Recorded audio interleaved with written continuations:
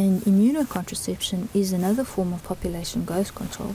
And what it actually does is it controls the reproductive rates of female elephants in the herd. And the beauty of it is that it is reversible, it is humane, it is cost effective, and it is easily implemented to free-ranging animals in the field. And what it does is it simply prevents the female elephant that's been vaccinated from conceiving. So in effect, what we are doing is we are lengthening the intercalving intervals, in other words, the birth of one calf to another within specific individuals or within a certain population, percentage of the population that you're treating. It's a long-term management objective. It's a responsible form of management as it forecasts your population into the future and allows you to control growth in that sense.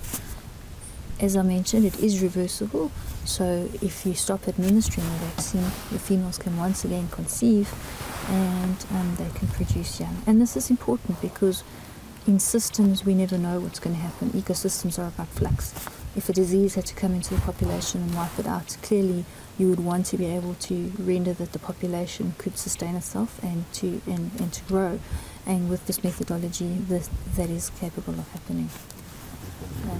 So there's two babies, which is very exciting because that means that was the collar's baby, that's Tiki's baby, and she's a reversal cow. So, which means she's reversed off the program.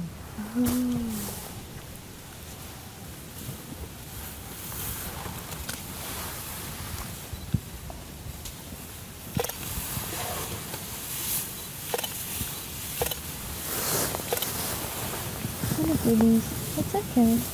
This is waves. That's Squirt. Now Squirt is the first time mommy. That's her first baby.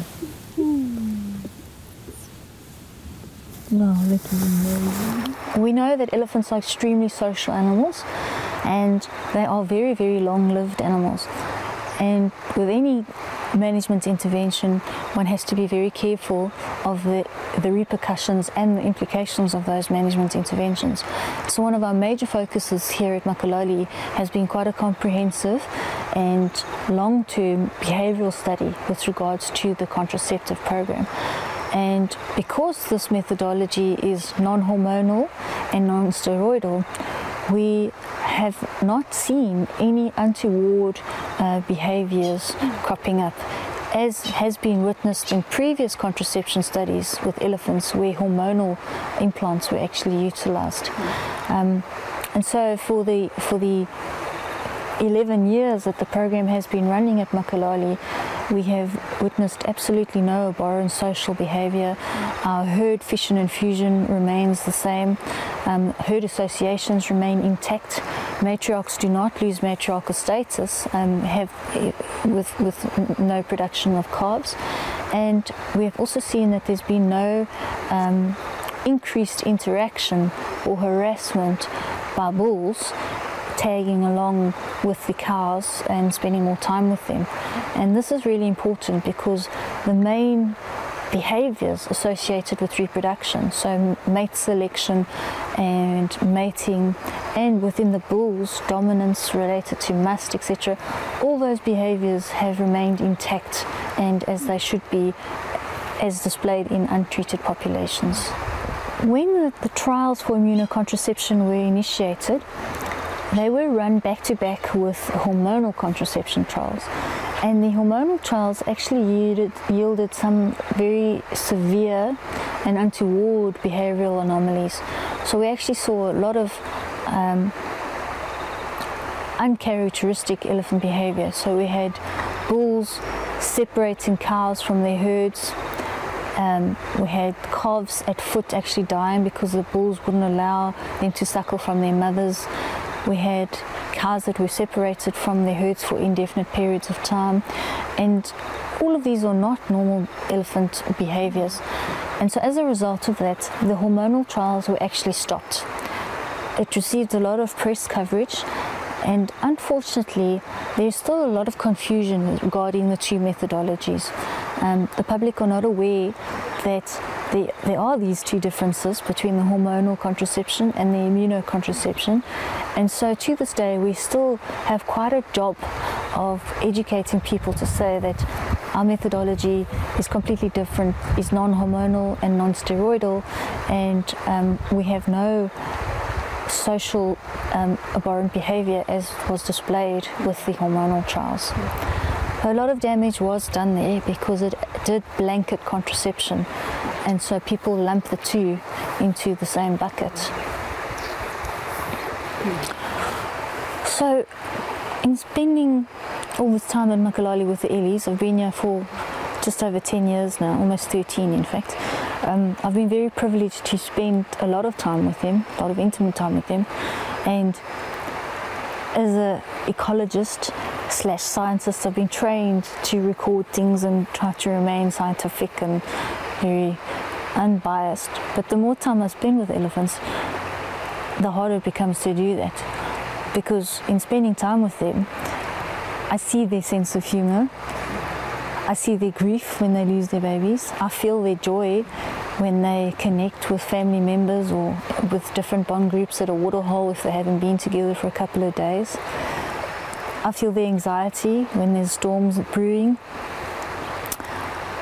and there is no other way to conceptualize it other than to put it in terminology and emotions that we express and that we feel.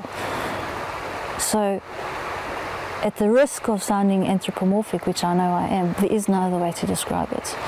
I take solace from the fact that Cynthia Moss and Joyce Poole have described elephant behaviours, and amongst their descriptions they've actually got classifications for behaviours such as play and begging and aggression and soliciting play and those sorts of behaviours, very things that we see in our own children and in our own kind.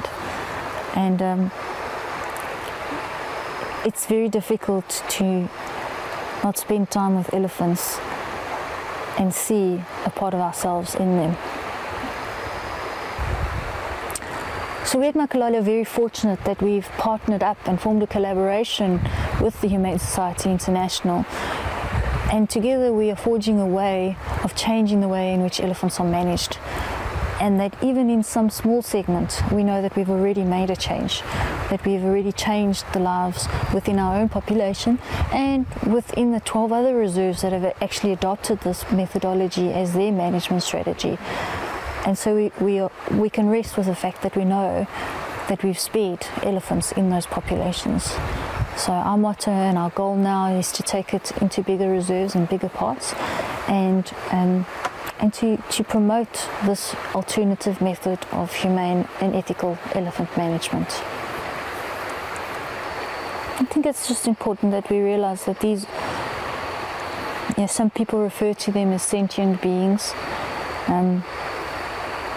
but when we're talking about these mass management interventions, we need to do humanely and ethically. We need to move forward from old school thinking and just do what's always been done.